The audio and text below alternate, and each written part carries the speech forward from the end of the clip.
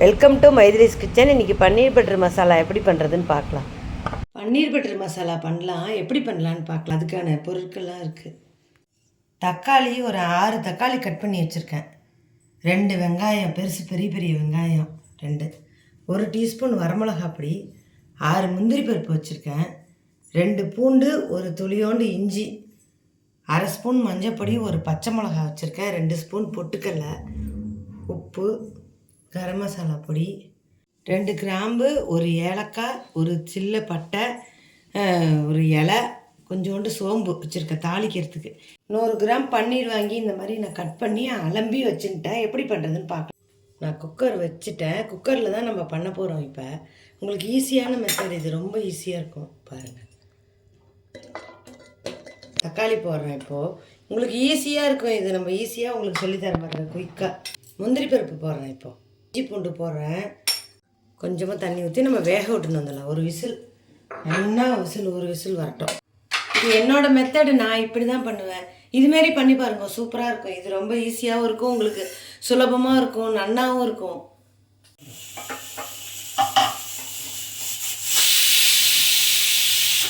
Sound வந்துடுத்து, அடுப்பை அணைச்சிட்டேன். கூலாகட்டும், நம்ம பார்க்கலாம் எப்படி பண்ணுறது. குக்கர் கூலாக எடுத்து திறந்து பார்க்கலாம் எப்படி இருக்குன்னு. நல்லா வெந்திருக்கு. இதை தண்ணியை இருத்துக்கலாம். தக்காளி நல்லா ஆறட்டும், மிக்சியில் அரைச்சிட்டு நம்ம பார்ப்போம். இப்போ நம்ம அரைக்கலாம். இதெல்லாம் இதில் போட்டிருக்கேன். இதிலே பொட்டுக்கல்லையும் போட்டுக்கலாம், நம்ம திக்னஸுக்கு தான்.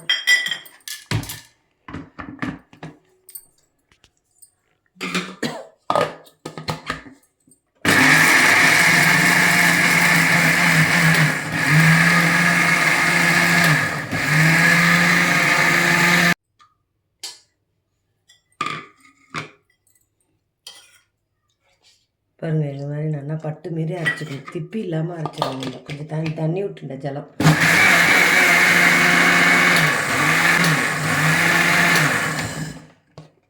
இது மாதிரி அரைச்சின்ட்டேன். அடுப்பு பற்ற வச்சு இடுப்பட்டி வச்சுட்டேன். இதுக்கு நம்ம நெய்யில் தான் ஊற்றிக்கணும். நெய் நிறையா ஊற்றினா நல்லா தான் இருக்கும். 2 ஸ்பூன் நெய் ஊற்றிருக்கேன்.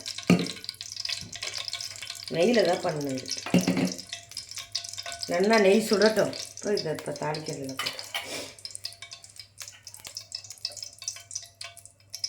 இந்த பட்டை கிராம்பெல்லாம் போடுறேன். இதெல்லாம் நல்லா பொரியட்டும்.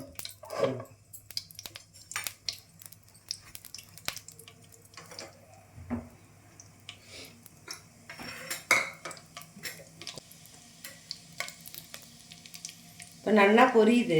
இதெல்லாம் வந்து அரைச்ச விழுத ஊற்றிக்கலாம். நம்ம இந்த தண்ணி வேணால் ஊற்றிக்கலாம். போராது கொஞ்சமாக 1/2 கப்பு தண்ணி வேணால் ஊற்றிக்கலாம். நல்லா கொதிக்கணும்னா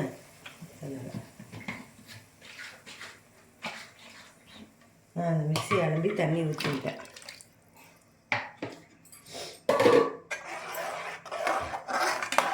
இப்போ பச்சை மிளகா 1 நறுக்கி வச்சோம்னா அதையும் போடுறேன். இப்போ இந்த வரமிளகா பொடி, தேவையான அளவு உப்பு, மஞ்சப்பொடி போடுறேன்.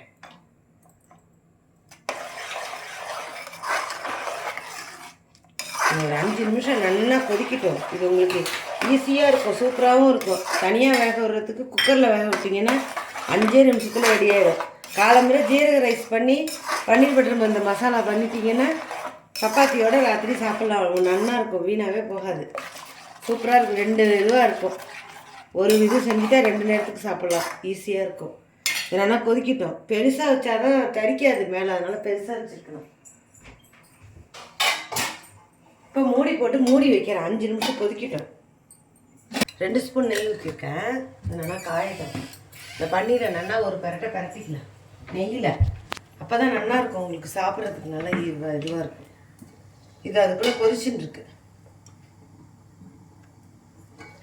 இதை பாருங்க, கொதிக்குது பாருங்க. இதில் நான் அந்த கரம் மசாலாவை போட்டுறேன். 1/2 டீஸ்பூன் தான் வச்சுருந்தேன், போகிறோம். அது ரொம்ப ஸ்மெல் அடிக்கும், வாசனையாக வந்துடும். இதுவே போகிறோம் உங்களுக்கு. இப்போ இந்த பன்னீரெல்லாம் இதில் போடணும். பாருங்க, இப்படி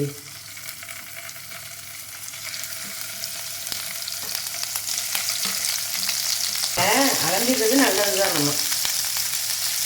நம்ம ஆற்றுல பண்ணுறதுன்னா அலம்பு வேணாம், கடையில் வாங்கிட்டு வரோம், நல்லா அலம்பிடணும். இந்த மாதிரி நல்லா பொரிச்சிக்கலாம் பன்னீர். அது நெய்யில் பொரிச்சுட்டா வாசனையாக இருக்கும், கம்ம கம்மன்னு இருக்கும், நல்லாயிருக்கும். குழந்தைகளுக்கெல்லாம் பிடிக்கும். ஹோட்டலில் கொடுத்தது மாதிரி நல்லாயிருக்கும்.